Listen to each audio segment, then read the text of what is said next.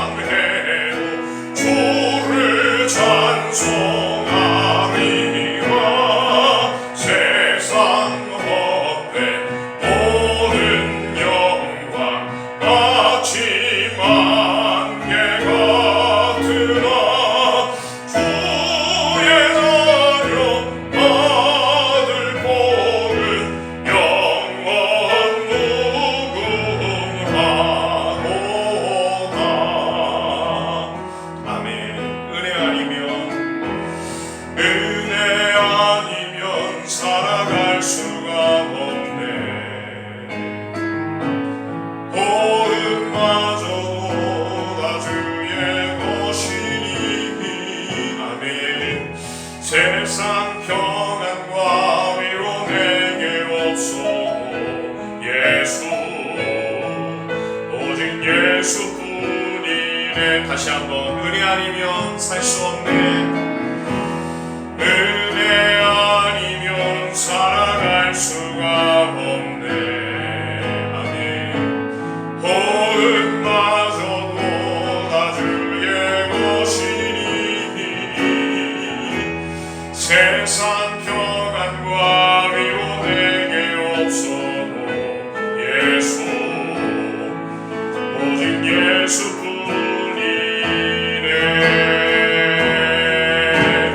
그 신계획 다 볼 수 없고 작은 고난에 지쳐도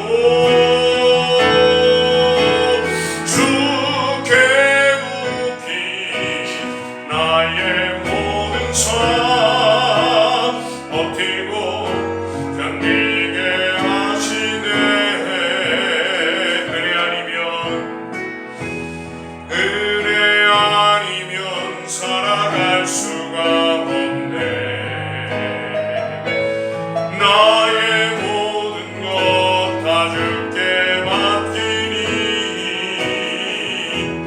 참된 평안과 위로 내게 주신 주 예수, 오직 예수뿐이네.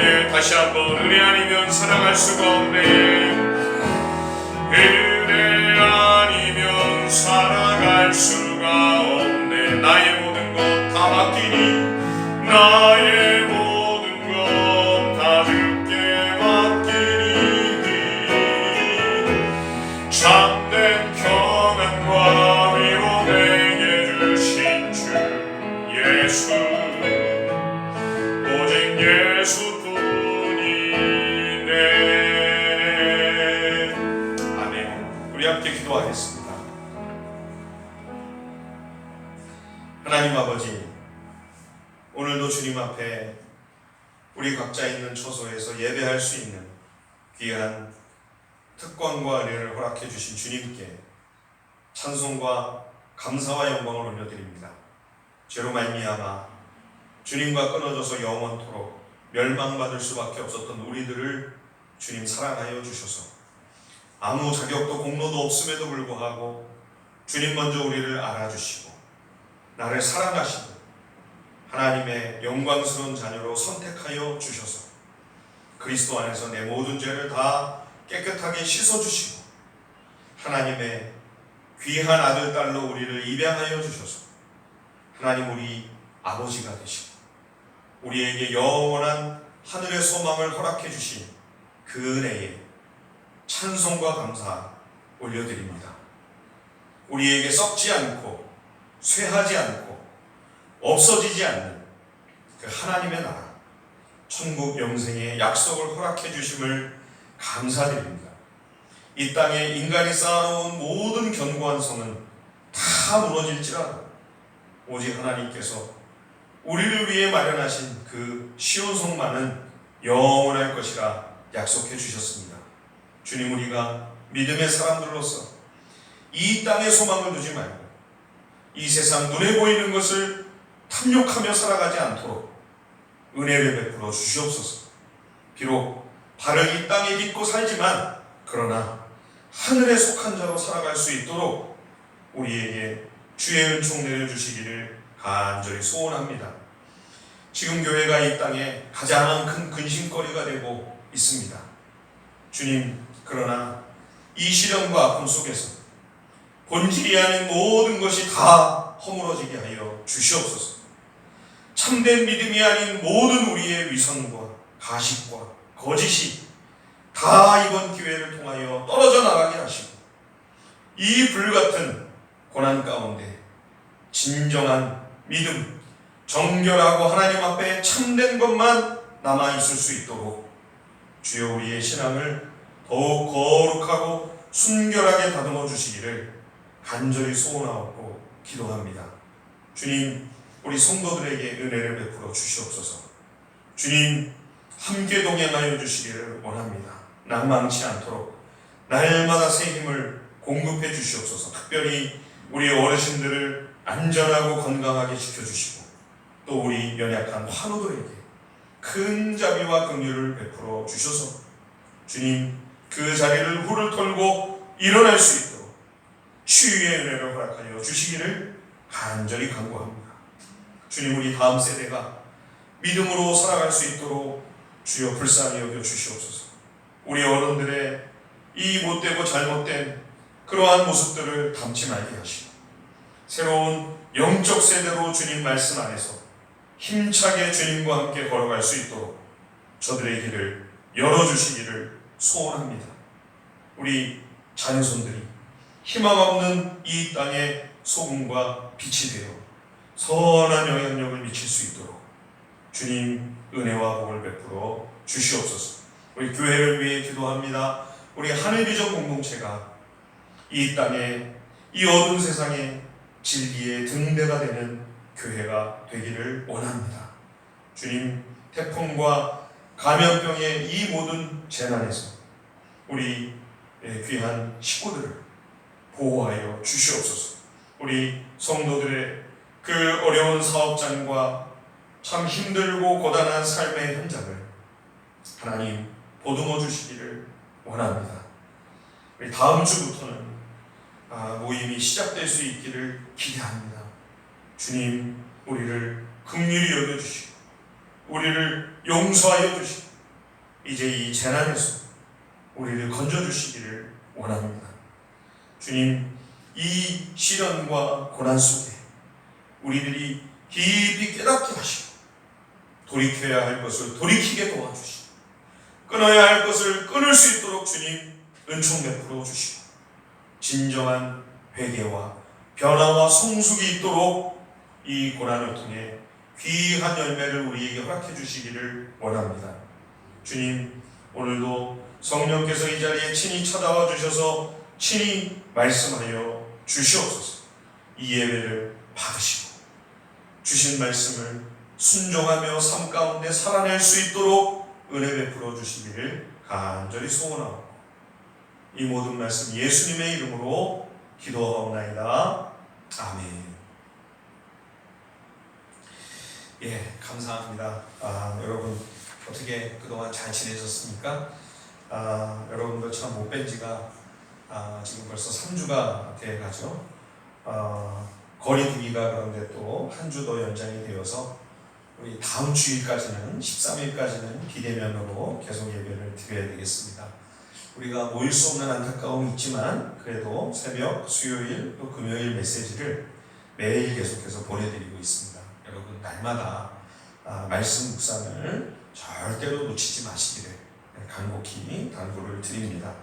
우리가 다음 주 14일 월요일부터는 다음 주일까지는 우리가 모여서 예배하지 못하지만 14일 월요일부터는 거리두기 2.5가 이제 중단이 되면 월요일부터 이제 14일부터 새벽, 수요일, 금요일 모임이 다시 원래대로 진행이 되고 또 9월 20일 주일부터는 이제 우리가 모여서 예배드릴 수 있기를 기대하고 기다립니다. 여러분 그때까지 모두 강건하시고 또 무탈하시고 또 평안하실 수 있기를 기도하고 또 축복합니다. 우리 어르신들 특별히 건강 잘 챙기시기를 당부를 드리고요. 제가 오늘 지금 방역을 담당하고 계시는 교수님의 말씀을 들어보니까 독감 예방 주사를 우리 어르신들 꼭 맞으시겠지만 올해는 독감과 코로나가 함께 올 수 있다고 합니다. 예, 그래서 올 겨울에 이 두 가지가 같이 올 수 있기 때문에 올해는 더더욱 예방 주사를 우리 어르신들 특별히 꼭 맞으시는 것이 좋겠다. 이렇게 생각이 듭니다. 다시 뵐 때까지 여러분 건강하시기를 간곡하게 부탁을 드립니다. 오늘 우리에게 주시는 하나님의 말씀 우리 이사야 39장 1절로 8절까지의 말씀입니다. 이사야 39장 1절에서 8절까지의 말씀을 제가 봉독하겠습니다. 이사야 39장 1절로 8절까지의 말씀 구약성경 1014면입니다. 이사야 39장 1절로 8절까지의 말씀입니다. 그때의 발라단의 아들 바벨론 왕 무로닥 발라단이 히스기야가 병들었다가 나았다 함을 듣고 히스기야에게 글과 예물을 보낸지라. 히스기야가 사자들로 말미암아 기뻐하여 그들에게 봉을 찾고 곧 은, 금과 향료와 보배로운 기름과 모든 무기고에 있는 것을 다 보여주었으니 히스기야가 궁중의 소유와 전 국내의 소유를 보이지 아니한 것이 없는지라. 이에 선지자 이사야가 히스기야 왕에게 나와 묻되 그 사람들이 무슨 말을 하였으며 어디서 왕에게 왔나이까 하니 히스기야가 이르되 그들이 원방 곧 바벨론에서 내게 왔나이다 하니라. 이사야가 이르되 그들이 왕의 궁전에서 무엇을 보았나이까 하니 히스기야가 대답하되 그들이 내 궁전에 있는 것을 다 보았나이다. 내 창고에 있는 것으로 보이지 아니한 보물이 하나도 없나이다 하니라.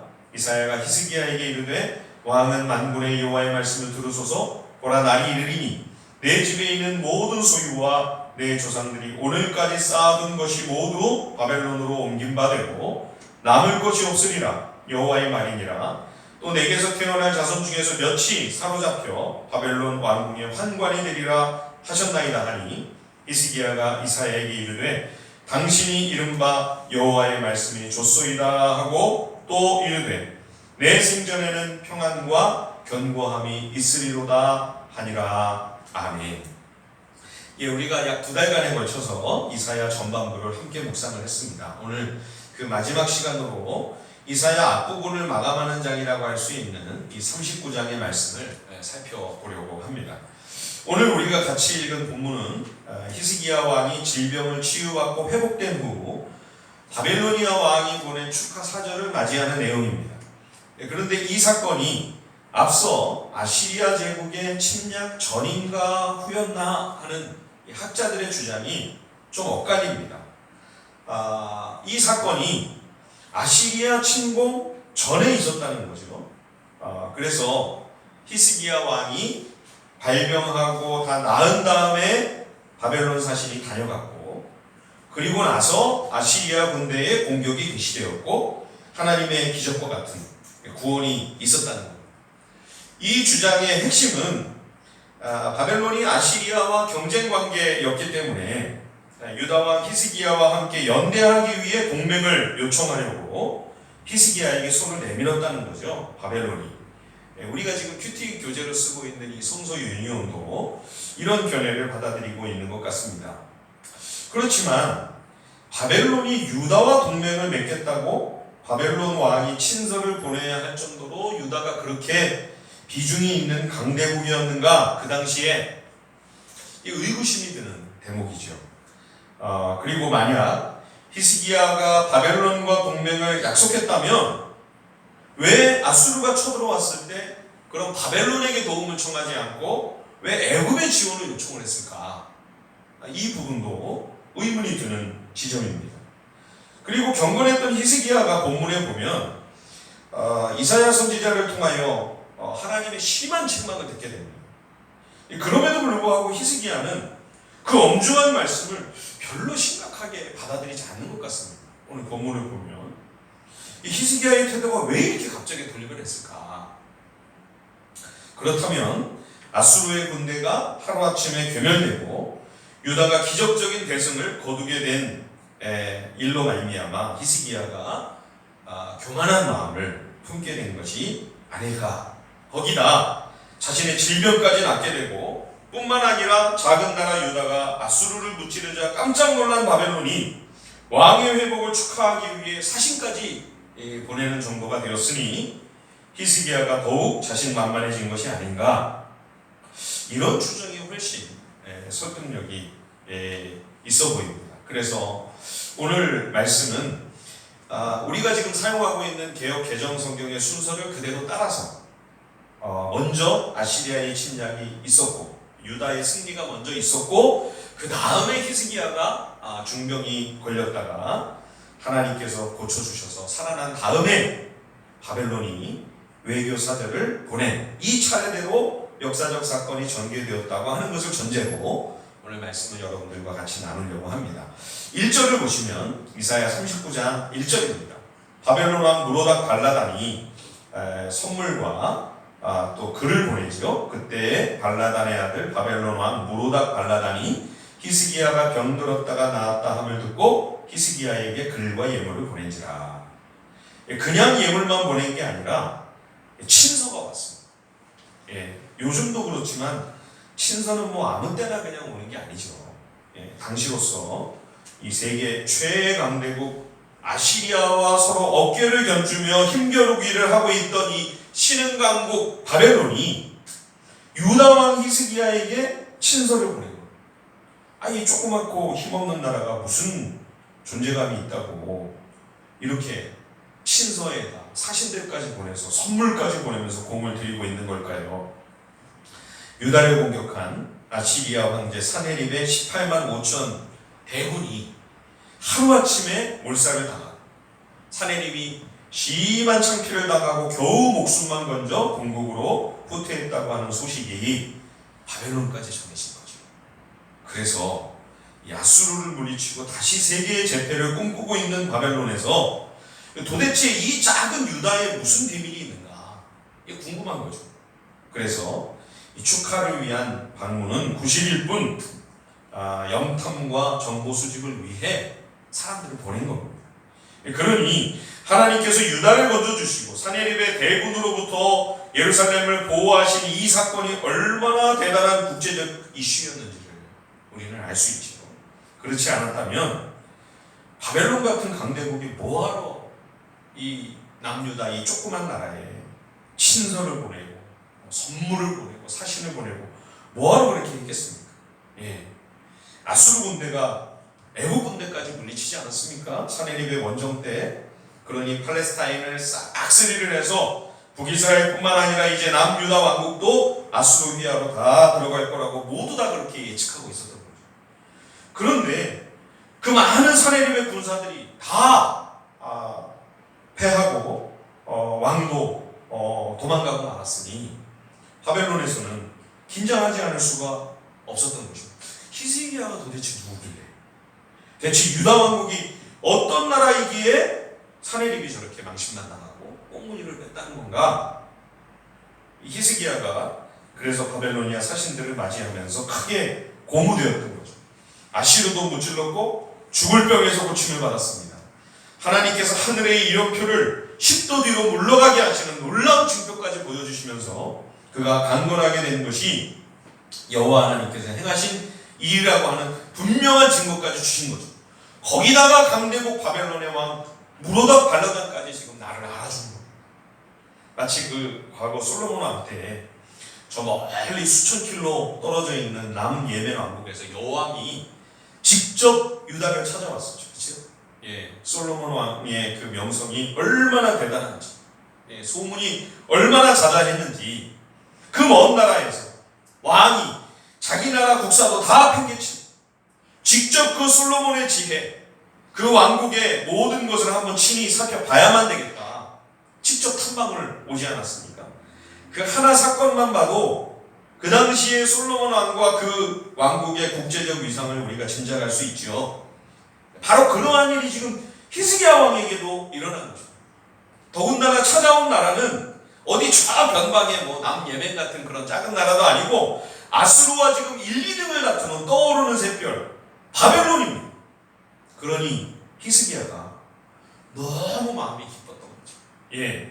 자, 이사야 39장 2절을 우리 같이 한번 읽어볼까요? 이사야 39장 2절입니다. 시작. 히스기야가 사자들로 말미암아 기뻐하여 그들에게 보물 곧 은금과 향료와 보배로운 기름과 모든 무기고에 있는 것을 다 보여주었으니 히스기야가 궁중의 소유와 전 국내의 소유를 보이지 아니한 것이 없는지라.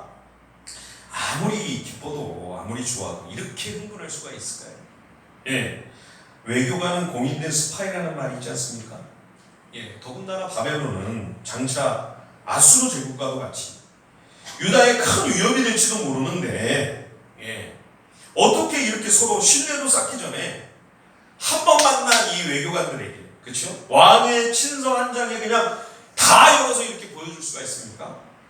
왕국의 모든 보물들, 비축하고 있는 양식과 심지어 무기고까지 보여주지 않은 게 없다고 할 정도로 아예 유다의 모든 조각을 그냥 한눈에 싹 다 파악할 수 있도록 왕이 나서서 그냥 모든 정보를 다 공개하고 감추는 게 하나도 없이 다 오픈을 해버린 거죠. 옆에 있던 신하들이 굉장히 놀랐을 겁니다. 아주 난감했을 것 같아요. 이 왕의 행동이 좀 굉장히 자연스럽지가 않고 뭔가 좀 과하다는 생각이 들지 않으십니까? 지금 히스기야가 굉장히 우쭐한 거죠. 큰 나라와의 전쟁에서 승리하고 자기의 그 중한 와병에서부터 건강하게 되고 국제사회에서 갑자기 유다 왕국이 위상이 그 존재감이 높아지고 그러면서 히스기야가 지금 굉장히 들떠있는 것을 우리들이 느낄 수 있습니다. 이 바벨론 사신들이 다 다녀가고 나서 하나님께서 이사야 선지자를 왕에게 보내십니다. 이사야가 뭐 그동안 벌어진 내용을 몰랐겠습니까? 그런데 묻는 질문이 아주 의미심장합니다. 그죠? 3절에 보시면 사신들이 어디에서 왔느냐, 그죠? 그러니까 왕이 처음에는 멀리서 왔다 그래요. 선지자가 뭐 몰라서 이런 질문을 했겠습니까? 그런데 좀 질문의 분위기가 쎄했는지, 아니면 왕도 좀 자기가 좀 너무했다 싶은 그런 찔림이 있었는지 처음에는 좀 얼버무려요. 멀리서 왔다고. 그러다가 이제 나중에 제대로 대답을 하죠. 근데 선지자의 질문이 아주 예리한 칼처럼 아픈 곳을 찔러옵니다. 그 사람들이 무슨 말을 했습니까? 왕이 바벨론 사신들과 무슨 얘기, 어떤 대화를 나누셨습니까? 이렇게 물어봅니다. 그렇죠. 왕이 외교관들을 만났다면 바벨론 왕이 어떤 친서를 보냈는지, 그 친서의 내용이 뭔지, 왜 이렇게 사절이 갑자기 온 건지, 바벨론 왕이 원하는 것은 대체 무엇인지, 그렇죠? 히스기야 왕이 저들에게 무슨 말을 했고, 그 왕의 바벨론 왕의 친서에는 어떤 답을 주었고, 이게 이 외교적 만남에서, 이 사건에서 가장 중요한 핵심 내용이 되어야 할 것 아닙니까? 그런데 히스기야 왕과 바벨론 사신 간의 만남을 요약하는 이 한 구절, 이사야 39장 2절을 다시 보시면 그런 중요한 내용이 전혀 없어요. 전부 내용이 뭐예요? 온통 히스기야가 자랑질했다, 그 얘기뿐입니다. 그렇죠? 물론 그렇다고 이 사건에서 사신과의 중요한 대화가 한마디도 없었겠습니까? 분명 친서도 오갔을 것이고 의미심장한 회담이 상호간에 있었겠죠. 그리고 나서 이제 서로 간에 이것저것을 둘러보는 그런 행사가 이어졌을 것입니다. 그런데도 왜 이사야 선지자는 어째서 이 39장 2절과 같은 기록을 남겼을까요? 그리고 지금 왜 이렇게 날카로운 질문을 왕에게 던지고 있을까요? 이사야의 기록은 객관적인 역사적 사실 전체를 다 담고 있는 게 아니고요. 바벨론 사신을 대하는 히스기야의 영적 상태, 지금 그의 내면적인 상황이 초점이죠. 이 사건을 통해 성령 하나님께서는 히스기야의 마음 중심, 그 밑바닥에 무엇이 숨어 있는지를 드러내고 싶으신 거죠. 그렇다면 성령님께서 지금 히스기야 왕의 그 중심 내면을 깊이 환한 빛으로 비추어 주실 때 그 왕의 마음에는 무엇이 크게 가장 자리 잡고 있었을까요? 오늘 본문 이사야 39장 2절을 제가 다시 한번 읽어보겠습니다. 이사야 39장 2절 말씀입니다. 히스기야가 사자들로 말미암아 기뻐하여 그들에게 보물 곧 은금과 향료와 보배로운 기름과 모든 무기고에 있는 것을 다 보여주었으니 히스기야가 궁중의 소유와 전국 내의 소유를 보이지 아니한 것이 없는지라. 그리고 이어서요, 우리 4절을 한번 다 같이 한번 읽어볼까요? 39장 4절입니다. 이사야 39장 4절 다 함께 시작. 이사야가 이르되 그들이 왕의 궁전에서 무엇을 보았나이까 하니 히스기야가 대답하되 그들이 내 궁전에 있는 것을 다 보았나이다. 내 창고에 있는 것으로 보이지 아니한 보물이 하나도 없나이다 하니라. 자, 2절 말씀하고 4절 말씀에서 계속 반복되는 단어가 뭐죠? 제가 일부러 힌트를 드리느라 더 크게 읽은 단어, 보다 라는 동사가 지금 이 두 구절에서 2절과 4절에서 5번이나 나와. 왕이 저들에게 도대체 뭘 보여줬습니까? 저들이 대체 뭘 보고 간 것입니까? 이 선지자의 질문을 다시 요약해서 그 핵심을 이야기하면 이겁니다. 왕이 바벨론 사신들에게 정말 보여주고 싶었던 것이 과연 무엇입니까? 왕이 정말로 바벨론 사람들에게 보여주고 싶었던 것은 도대체 무엇이었습니까? 히스기야가 과연 무엇을 보여주고 싶었는가? 저들에게 정말로 자랑하고 싶은 것이 무엇이었는가?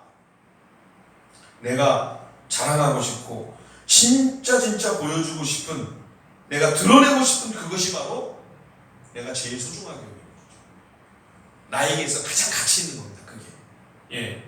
여러분은 여러분이 가지고 있는 것 중에서 뭘 제일 보여주고 싶으십니까? 다른 사람들에게 정말로 나타내고 드러내고 진짜 자랑하고 싶은 것이 도대체 뭡니까? 그게 여러분들이 제일 사랑하는 거죠. 그것이 정말 소중하고 여러분에게 가치 있는 것이죠. 그러면 여러분들에게 있어서 제일 사랑스럽고 제일 가치 있고 가장 귀한 것은 대체 뭐죠? 그런데 이 장면 바로 다음에 이어서 하나님은 이사야 선지자를 통해 너무나 무섭고 두려운 말씀을 선포하십니다. 자, 5절, 6절, 7절 우리 같이 한번 읽어볼까요? 이사야 39장 5절과 6절과 7절입니다. 이사야가 히스기야에게 이르되 왕은 만군의 여호와의 말씀을 들으소서. 보라, 날이 이르리니 내 집에서 있는 모든 소유와 내 조상들이 오늘까지 쌓아둔 것이 모두 바벨론으로 옮긴 바 되고 남을 것이 없으리라. 여호와의 말이니라. 또 내게서 날 자손 중에서 몇이 사로잡혀 바벨론 왕궁의 환관이 되리라 하셨나이다 하니, 유다 왕국이 패망하여 바벨론 제국의 포로가 될 것이라고 하는 선언입니다. 이 말씀을 대할 때 좀 당혹스러운 마음이 있습니다. 예, 히스기야가 그렇게 큰 잘못을 했나? 히스기야가 아하스처럼 우상 숭배를 한 폐역한 그런 임금이 아니지 않았습니까? 그래도 그동안 얼마나 하나님 앞에 거룩한 믿음의 길을 걸어간 사람입니까? 예, 유다를 영적으로 개혁하기 위해서 우상 숭배를 다 철폐하고 종교 개혁을 했잖아요. 선한 임금이죠. 다윗 왕조에서 다윗 뒤를 그대로 쫓아간 몇 안 되는 선한 왕들 중에 랭킹에 들 만한 인물이 히스기야입니다. 그런 히스기야라도 대국 아수르가 패하여 물러가고 병나는 기적도 경험하고 해 그림자가 10도씩이나 뒤로 물러나고 국제적인 위상도 이만큼 대단해져서 바벨론 왕이 막 알아주고 대접을 해주고, 그러면 히스기야가 무슨 성자도 아니고 마음이 좀 우쭐해질 수도 있죠. 뭐 그렇게 큰 잘못을 했다고 나라가 다 망해가지고 완전히 수치당하게 될 것이라고 하는 이런 암담하고 절망적인 말씀을 선포하시는가? 도대체 히스기야가 뭘 자랑했기에 하나님께서 이렇게 분노하시지요? 예, 아까 히스기야가 바벨론 사신들에게 자랑스럽게 보여주었던 내용들이 뭐였습니까? 2절을 한번 다시 보십시오. 그 핵심이 뭐냐면 은과 금과 그리고 무기입니다. 우리가 신명기 모세율법 말씀을 보면 하나님께서 이스라엘 장차 왕들에게 가장 간곡하게 당부하시며 간절히 부탁하시는 바가 뭡니까? 신명기 17장 16절 17절을 제가 읽어보겠습니다. 그는 병마를 많이 두지 말 것이요 병마를 많이 얻으려고 그 백성을 애굽으로 돌아가게 하지 말 것이니 이는 여호와께서 너희에게 이르시기를 너희가 이후에는 그 길로 다시 돌아가지 말 것이라 하셨음이며, 그에게 아내를 많이 두어 그의 마음이 미혹되게 하지 말 것이며 자기를 위하여 은금을 많이 쌓지 말 것이니라. 보통 일반적인 세상의 국가 경영과는 정반대의 얘기죠. 그죠? 세상 나라들은 이걸 더 많이 못 모아가지고 이걸 더 많이 쌓지 못해서 안달인데, 그러나 하나님 나라의 모형인 이스라엘 왕국은 군사력과 경제력에 중점을 두지 말라는 거. 예. 왕이 거기에 마음을 두면 하나님보다 그걸 더 사랑하고 더 의지하고 더 집착하게 됩니다. 예. 그러면 하나님 말씀과 하나님의 명령보다도 하나님이 소중하게 여기시는 가치보다도 세상 욕망이 더 우선순위가 됩니다. 그러면 하나님이 가장 기뻐하시는 율법 정신이 아니라 탐욕스러운 세상의 우상숭배적 가치로 온 나라가 다 그렇게 살아가게 되는 거죠. 그러면 이스라엘은 망하는 거예요. 하나님의 가치, 하나님의 진리의 말씀에서 떠나면 이스라엘은 망하는 거예요. 이사야 전반부에서 이스라엘과 유다뿐만 아니라 당시 세계 여러 나라들을 다 소환해서 하나님께서 각 민족과 국가를 향해서도 저들 앞에 과연 어떤 미래가 펼쳐지게 될 것인지를 일일이 이사야 선지자를 통해 말씀을 선포하시죠. 그 핵심 골자가 뭡니까? 인간이 자기 욕심을 위하여 세상 탐욕을 위해 아무리 강력한 성벽을 구축하려고 한다고 해도 인간이 탐욕으로 쌓아올리는 모든 견고한 성은 다 무너진다. 예, 견고한 성을 쌓고 강력한 군사력을 준비하고 은금을 거기에 아무리 많이 쌓아두어도 쟁여놓아도 사람의 욕심을 위한 바벨탑은 반드시 몰락한다. 그거죠. 예, 이게 결론이었습니다. 그래서 하나님의 거룩한 시온성만이 그렇죠? 하나님의 진리의 말씀을 따라 살아가는 시온의 백성들이 거하는 시온 성만이 유일하게 무너지지 않는 그러한 하나님은 소망이다. 예, 그것이 이사야 전반부 메시지의 핵심이었습니다. 하나님 나라는 다른 세상 나라와는 질적으로 전혀 다른 거죠. 본질이 다른 거죠. 예, 하나님 나라는 힘없어서 망하지 않습니다. 돈이 없어서 몰락하는 그런 나라가 아니에요. 하나님의 백성들이 하나님을 사랑하고 하나님만 의지하고 하나님의 말씀과 뜻을 순종하며 따라가면 하나님 나라 그 시온성은 어떤 세상의 강력한 공격에도 결코 쓰러지지 않습니다. 그게 우리가 지난주에 보았던 아수르 제국의 그 대군의 침략에 하나님이 예루살렘을 보호해 주시죠. 그렇죠? 우리가 목격하지 않았습니다. 하나님의 교회는 무엇 때문에 쓰러질까요? 하나님의 교회가 사람들이 없고 헌금이 모자라고 건물이 없기 때문에 붕괴될까요? 결코 그렇지 않습니다. 지금 많은 분들이 걱정하고 염려합니다. 이 코로나가 잠잠해지면 교회가 너무 어려워지게 될 것 같다. 저도 근심이 됩니다. 앞으로 그동안에도 물론 전도가 힘들었는데 앞으로는 진짜 복음 전하는 일이 정말 더 힘들어지겠구나. 그런 생각이 듭니다. 그러나 여러분, 그래서 한국교회가 망할까요? 그렇지 않습니다. 오히려 믿음의 사람들이 더 각성해서 그동안 말씀에서 벗어났던 내 삶에서 돌이켜서 성도들이 더욱 겸손히 하나님 앞에 서게 된다. 그래서 하나님의 거룩하고 선하신 뜻을 따라가는 삶을 우리들이 이제 더 본격적으로 치열하게 살아간다면 이를 계기로 이 땅의 교회는 오히려 살아나게 될 줄로 저는 믿습니다. 우리가 더욱 깨어 있어야 합니다. 그래서 우리가 더욱 겸비하여 말씀에 집중하고 하나님의 음성에 순종하는 믿음의 길을 제대로 걸어가십시다. 제대로 이제야말로 정말로 걸어갈 때가 되었습니다. 그렇다면 시온성은 무너지지 않습니다. 하나님 나라는 몰락하지 않습니다. 하나님의 교회는 오히려 더 생명력을 회복하게 될 것입니다.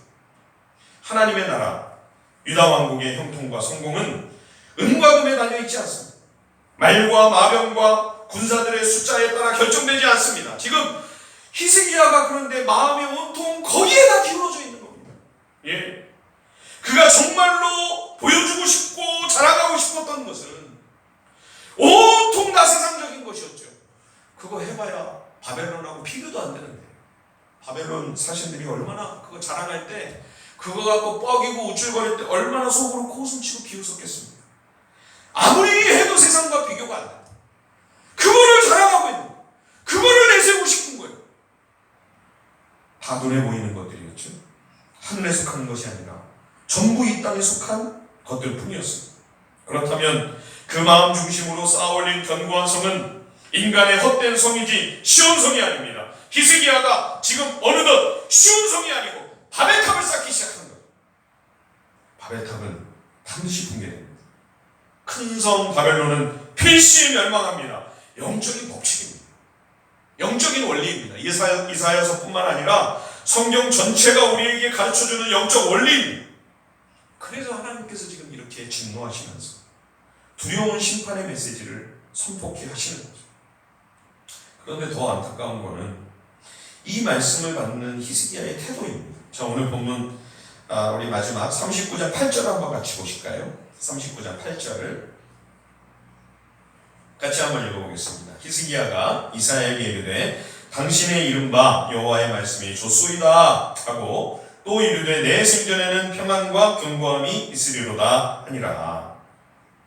이 말씀을 굉장히 긍정적으로 해석하려고 하는 시도도 없지 않습니다. 지금 비록 하나님의 무서운 심판의 말씀이 선포되고는 있지만 이 말씀 앞에 지금 히스기야가 굴복하고 항복하면서 그럼 당장이라도 하나님의 진노가 임한다고 해도 할 말이 없는데 그럼에도 불구하고 하나님이 그 심판을 유예해 주시고 이렇게 지금 평안함과 견고함을 허락해 주시니 그저 감사할 따름입니다. 이렇게 안도하며 감격하는 믿음의 고백이라는 거죠. 굉장히 은혜로운 결말이기는 한데 이렇게 만약 쉽게 마음을 돌이키고 깨달을 히스기야였다면 앞서 사신들 앞에서 그렇게 납득할 수 없는 이상하고 과한 행동을 했겠습니까? 그리고 39장 이후의 40장의 내용을 보면 39장이 완전히 절망으로 끝나요. 그리고 40장 이사야 40장에 들어가서 위로하라 위로하라 내 백성을 위로하라. 그러면서 메시아가 오시는 말씀을 39장과 40장이 정반대로 대조가 되고 있는, 대비가 되고 있는 내용을 볼 수 있거든요. 그걸 보면 39장은 지금 이 히스기야의 이 마지막 고백을 은혜롭게 해석하는 것은 저는 성경적이지 않다고 생각을 합니다. 오히려 지금 이 말씀은 39장 8절은 히스기야의 마음이 얼마나 영적으로 강박하고 둔한가, 그걸 나타내 주는 거예요. 하나님의 진노가 머지않은 장래에 부어지게 될 거라고 이렇게 암울하고 캄캄한 전망이 선고되고 있는데도 그 마음이 전혀 요지부동입니다. 두려워하거나 슬퍼하지도 않습니다. 그래도 나의 시대는 태평성대일 텐데 무슨 문제냐? 무슨 상관이냐? 그러고 있는 거예요. 얼마나 완고합니까? 얼마나 영적으로 지금 그가 둔감해져 있습니까? 여러분, 하나님의 은혜는 마르고 닳도록 자동으로 유지되지 않습니다. 아무리 크고 놀라운 하나님의 은혜를 경험하고 어떤 하나님의 엄청난 임재의 역사를 체험하고 놀라운 기적을 맛보았어도 이렇게 한순간에 교만에 떨어집니다. 이렇게 지혜가 어두워지고 얼마든지 영적으로 무감각해질 수 있습니다. 우리가 성경에서 수도 없이 목격하는 장면이잖아요. 그렇게 백성들을 아끼고 사랑하던 성군 다윗 왕이 한순간에 충신의 아내를 빼앗고 그렇게 충직한 부하 장수를 원수들의 칼로 죽여버립니다.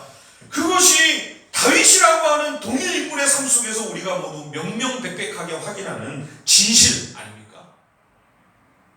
지금 성령 충만한 상태가 마냥 계속될 것이라고요? 가장 위험한 착각입니다. 지금 너무나 은혜롭고 영적으로 굉장히 좋은 상태에 있습니까? 그대로 계속 갈 것이라고 안심하는 순간, 마음 놓는 순간 순식간에 나락에 떨어질 수 있습니다. 우리는 나도 남도 누구나 마음을 놓을 수 없는 가장 위험하고 악한 죄인입니다. 제가 늘 드리는 말씀이죠. 나는 전적으로 부패하고 타락한 100% 주인. 100% 주인. 그러니 히스기야가, 경건한 히스기야 왕이 지금 이런 반응을 보인다고 놀랄 일 아닙니다, 여러분. 아니, 어떻게 그 경건하고 하나님 사랑했던 히스기야 왕이 그런 혁혁한 종교개혁을 하고 어마어마한 이적과 그 수많은 기적들을 체험한 히스기야가 어찌 이렇게 우매무지하고 캄캄한 흑암 속에 들어가 있는 그런 모습일 수가 있는가? 그럴 수 있습니다. 얼마든지 일어나는 일들입니다. 히스기야만 아니고요, 우리도 마찬가지입니다. 우리도, 그렇죠? 우리가 죄인이라고 하는, 그 죄인이라고 하는 말의 의미는 끝까지 절대 마음을 놓을 수 없는 존재다, 그런 뜻입니다. 끝까지 절대 마음 놓을 수 없는 존재, 죄인이라고 하는 말이 가리키는 바입니다. 우리 눈에 흙이 들어오는 그 순간까지 치열한 영적 투쟁을 멈출 수 없습니다. 마지막 순간까지 믿음의 선한 싸움을 싸우다가 부름받는 그 믿음이 살아있는 믿음입니다. 그 신앙이 참 신앙입니다. 히스기야를 보면서 더더욱 안타까운 것은 그의 세계관이 그저 자신의 당대에만 평안하면 된다고 하는 지극히 안일한 역사 인식 속에 갇혀 있다는 것입니다. 히스기야의 자손들, 히스기야의 후손들이 이방 땅으로 다 옮겨지고 그리로 끌려가 치욕과 모욕을 당하게 될 것이라 지금 말씀하시는데도 아무 충격을 받지 않습니다. 그저 내 시대에는 견고함과 평안함이 있으니 나의 당대에는 아무 문제가 일어나지 않을 것이니 괜찮다. 얼마나 통탄한 일입니까? 물론 각 사람은 저마다의 인생에 할당된 사명과 자신의 삶에 있어 감당해야 할 각 사람의 몫이 다 있습니다. 하지만 믿음의 사람이라면 그 후손들과 자손들 앞에 남겨야만 할 무언가, 그 소중한 사명과 책임이 있는 거죠. 여러분들도 잘 알고 계시는 유명한 한시가 있지 않습니까? 답설야중거, 불수호랑이, 금일아행적, 수작 후인정. 눈 덮인 들판 걸어갈 때 함부로 어지러이 걷지 마라. 오늘 내 걸어간 발자취는 따르는 이의 이정표가 되리니.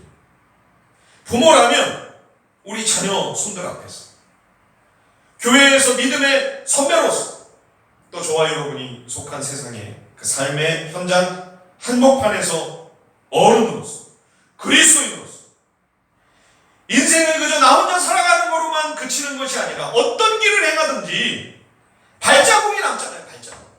예, 마치 눈 덮인 들판 지날 때 한 발짝 한 발짝 흔적이 꼭 남는 것처럼, 더군다나 하나님 나라가 완성되기까지, 하나님의 언약이 성취되기까지 우리 자손들과 후손들에게 그 하나님의 약속이 계속 이어져가며 계승될 것을 믿는 우리 언약 백성이라면 어찌 우리 당대에만 견고하고 평안하다고 해서 그걸로 안심할 수 있습니까? 어떻게 그 정도에서 우리가 안주할 수 있겠습니까?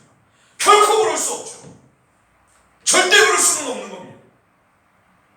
우리 신앙과 믿음이 다음 세대로 이어지지 않는다면, 그저 우리 시대에서 은혜의 역사가 끝나고 우리 당대로 그치고 마는 것이라면 우리에게 그 어떤 대단한 업적과 공로와 성취가 있을지라도 우린 결코 그것으로 만족할 수 없습니다. 제가 최근에 인플루언서로 활동하고 있는, 인플루언서라고 하는 것은 세상에 큰 영향력을 미친다, 이런 뜻이죠. 그 황태한 집사님의 영상을 여러분들과 공유했지요. 처음 보내드린 그 세바시 영상은 지금 벌써 조회수가 230만이 넘었습니다. 한쪽에서는 어른들이 주님 영광을 한없이 가리면서 점수 다 까먹고 있는데, 다행히 이 젊은 집사님과 같은 참 보배롭고 보석과 같은 믿음의 사람들이 잃어버린 점수를 지금 따주고 있는 것 같습니다. 혹시 아직 영상을 안 보신 분이 계시면 세바시, 황태환 이렇게 검색하셔서 그 영상을 꼭 좀 보시면 좋겠습니다. 아직 30대인 이 젊은 집사님이 매달 20명의 그 가난한 세계의 어린이들을 컴패션을 통해 후원을 하고 작년 안에만 3억 가까운 후원금을 지출했다고 합니다. 그런데 자기 자신은 특별할 것도 없는 정말 지극히 평범한 사람이라는 거예요. 아내와 늘 다투고 부부싸움도 하고, 그렇게 그냥 소박한 사람인데 왜 이렇게 내가 후원을 하면서 또 인플루언서로 이렇게 살아가고 있을까? 한번 스스로 질문을 던져보았다는 거죠. 근데 그 외할아버지가 평생 공장에서 노동을 하시면서 많이 배우지도 못하신 분인데 그렇게 항상 더 가난하고 어려운 분들을 돕는 일들을 꾸준히 하신 거죠. 근데 그 딸이, 이 황태한 집사님의 어머니도 그렇게 가난하고 노동을 하면서 살림이 풍족하지 않은 그런 상황인데도 그 아버지가 보여준 그대로 그 어머니도 어려운 이웃들을 살피고 돕고 교회에서 남들이 다 마다하는 화장실 청소 열심히 하시면서 그렇게 사신 거예요.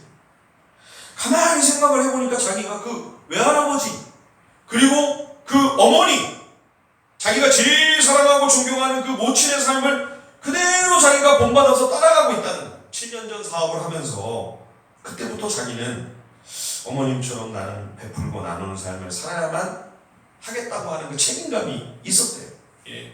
잘 사는 것은 돈이 많은 것이 잘 사는 것이 아니고 누군가를 잘 살게 해주는 것이 진짜 잘 사는 것이다. 그래서 자기 아들도 그런 삶을 살았으면 좋겠다는 거죠. 하준이가 자기가 제일 사랑하고 존경하는 그 어머니를 닮았으면 좋겠다. 그러면 아빠로서 너무 기쁘고 제일 행복하겠다. 자기 혼자서 잘 살려고 그렇게 애쓰는 삶이 아니고 누군가를 잘 살도록 돕는 그런 진짜 부자로 살았으면 한다는 거죠. 이분의 고백이 자기 어머니는 평생 가난했지만 그러나 가장 부자. 그런데 이 황 집사님이 얼마 전에 둘째 아들을 잃었습니다. 너무 예쁜 아기도 너무 예뻐요. 근데 이 얘기가 먼저 하늘나라를 간 거죠. 아이를 살려달라고 기적을 베풀어달라고 그렇게 기도했건만 하나님께서 데려가 버리셨어요. 그래서 이유를 한참 찾았대요. 이유가 있을 게 아니에요. 왜 하나님께서 내가 이렇게 믿음으로 살고 이렇게 하나님 앞에서 열심히 대를 이어서 정말 신앙 또 남을 돕겠다고 이렇게 애를 쓰면서 이렇게 하는데 왜 그 예쁜 아들을 그 어린 것을 하나님이 데려가셔야만 되는지 납득이 안 되니까. 그런데 어느 날 어머님이 오셔서 자기한테 그런 얘기를 해줬다고요. 야, 왜 내가 그렇게 열심히 교회 화장실 청소했는지 아니? 너무 감사해서.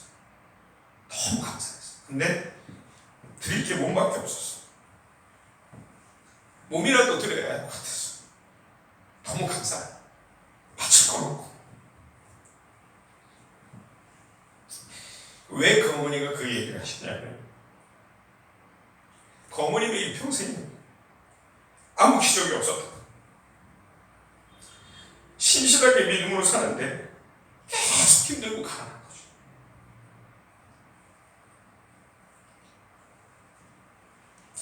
근데 어머님이 이 황 집사님한테 뭐라고 얘기했냐면 기적은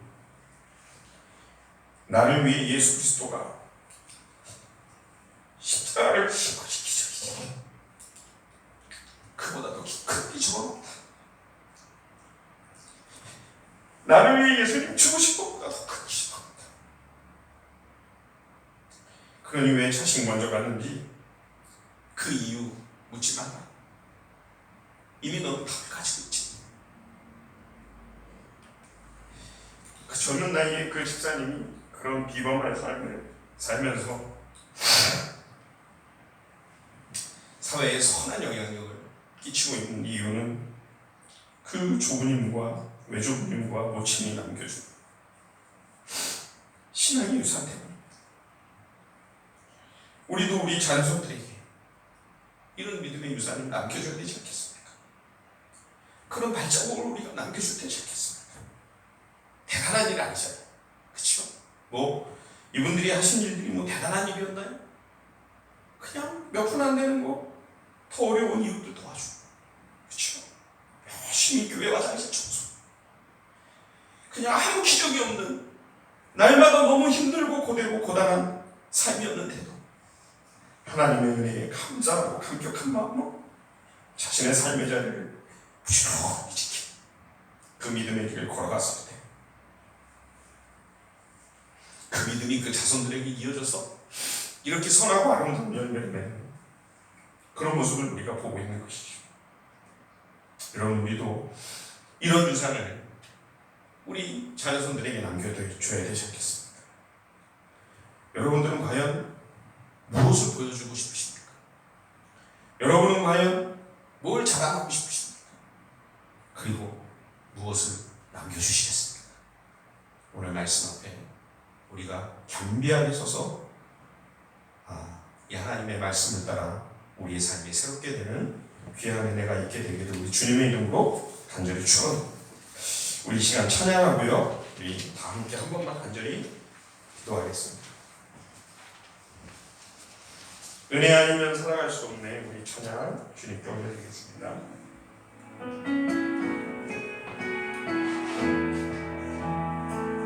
은혜 아니면 살 수 없네. 은혜 아니면 살아갈 수가 없네. 모든마저도 다 주의 것이니 세상 평안과 위로 내게 없어도 예수 오직 예수뿐이니. 다시 한번 은혜 아니면 살아갈 수 없네. 은혜 아니면 살아갈 수가 없네.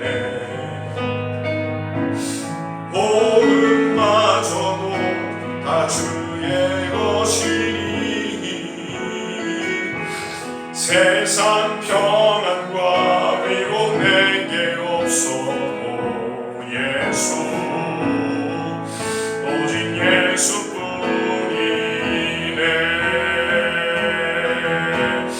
그 신계획 담을 수도 없고 작은 고난에 들쳐도 주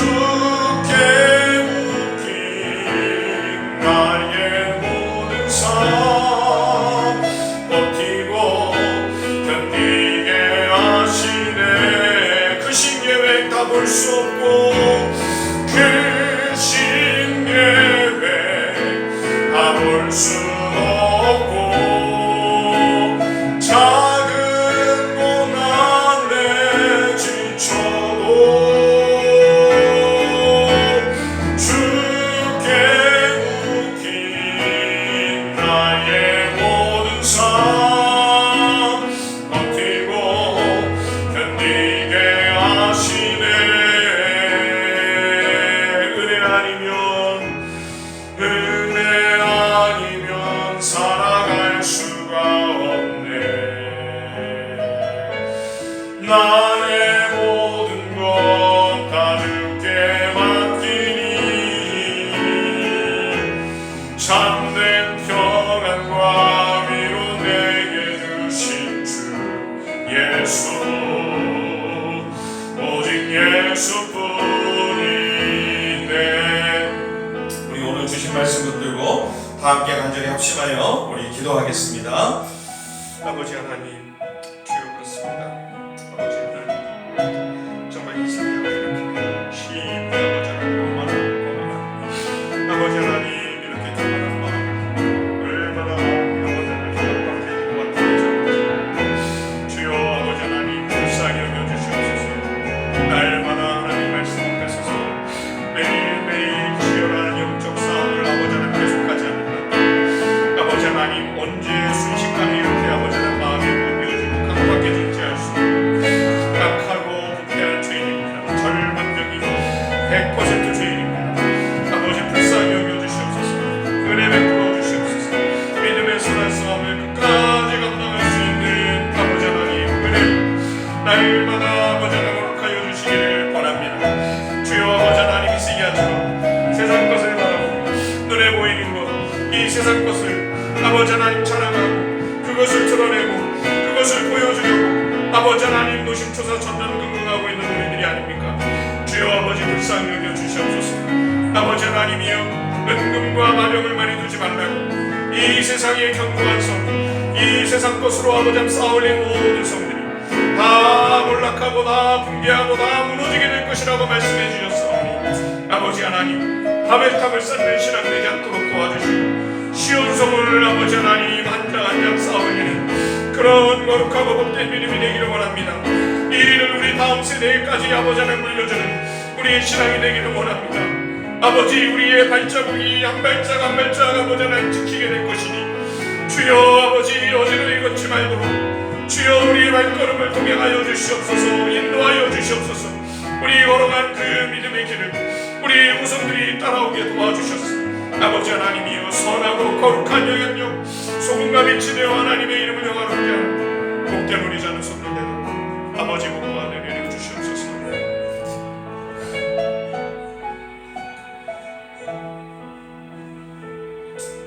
아버지 그렇게 변치 않을 것 같았던 히스기야가 이렇게 한순간에 영적으로 추락하여 이렇게 완고하고 강박하고 이렇게 어리석고 교만한 이러한 모습을 우리들에게 오늘 보여줍니다. 주님, 날마다 말씀 앞에서 치열한 영적 싸움을 계속하지 않는다면 언제 이렇게 순식간에 돌변할지 모르는 가장 부패하고 가장 절망적인 죄인인 것을 주님 앞에 고백합니다. 날마다 겸손히 말씀 앞에 나아갈 수 있도록 주여 우리를 붙들어 주시옵소서. 주님, 무엇을 과연 나는 자랑하고 싶고 무엇을 정말 드러내고 보여주고 싶은지 내 마음 내면을 깊이 들여다보는 시간 되기를 원합니다. 나도 혹시 히스기야처럼 이 땅에 헛된 것을 자랑하고 나타내고 드러내고 싶은 욕망으로 가득해서 그걸 못해서 전전긍긍하고 노심초사 안달하고 있는 그런 우리들의 모습은 아닌지요. 주님, 이 땅에 헛된 인간의 탐욕으로 쌓아올린 견고한 모든 성이 다 무너지고 몰락하고 다 쓰러지게 될 것이라고 말씀해 주셨습니다. 주님, 바벨탑을 쌓는 어리석은 모든 우리의 삶을 멈추게 하시고 시온성을 벽돌 한 장 한 장 쌓아올려 가는 믿음의 길 걸어갈 수 있도록 은혜 베풀어 주시옵소서. 내가 걷는 그 길이 한 발짝 한 발짝 다 흔적이 남게 될 것입니다. 어지러이 걷지 않도록 주님 인도해 주시옵소서. 주님 동행해 주시옵소서. 그래서 그 믿음의 발걸음을 우리 자녀손들, 우리 다음 세대가 그대로 그 복된 발걸음 따라올 수 있도록 아버지, 우리 다음 세대, 우리 청년들, 우리 청소년들, 우리 자녀손들 이 믿음의 복을 주님 허락해 주시옵소서. 이 생명과 은혜와 은총을 내려주시옵소서. 오늘도 정성껏 주님께 예물을 드리는 귀한 손길 하나님 기억해 주실 줄 믿습니다. 주님, 이 재난의 상황 속에서 지켜주시고 하나님 모든 필요를 주님이 공급해 주시고 모자라지 않도록 어려움 당하지 않도록 하나님 살펴주시옵소서. 주님 기억해 주시고 선한 것으로 풍성하게 갚아주시기를 소원합니다. 이 모든 말씀 예수님의 이름으로 기도하오며 이제도 우리 주 예수 그리스도의 그 크신 은혜와 우리 아버지 하나님의 그 놀라우신 사랑하심과 성령의 그 동하심 오늘 주님 앞에 보이는 이 땅의 것을 자랑하기보다 하늘에 속한 그 영원하고 없어지지 아니할 것을 하나님의 영광을 나타내고 보여주기를 소원하여 주의 은혜를 가난한 마음으로 사모하며 구하는 거룩한 언약 백성들 위해 그 다음 세대 자녀손들 위해 영원토록 함께 계시기를 간절히 축원하옵나이다. 아멘.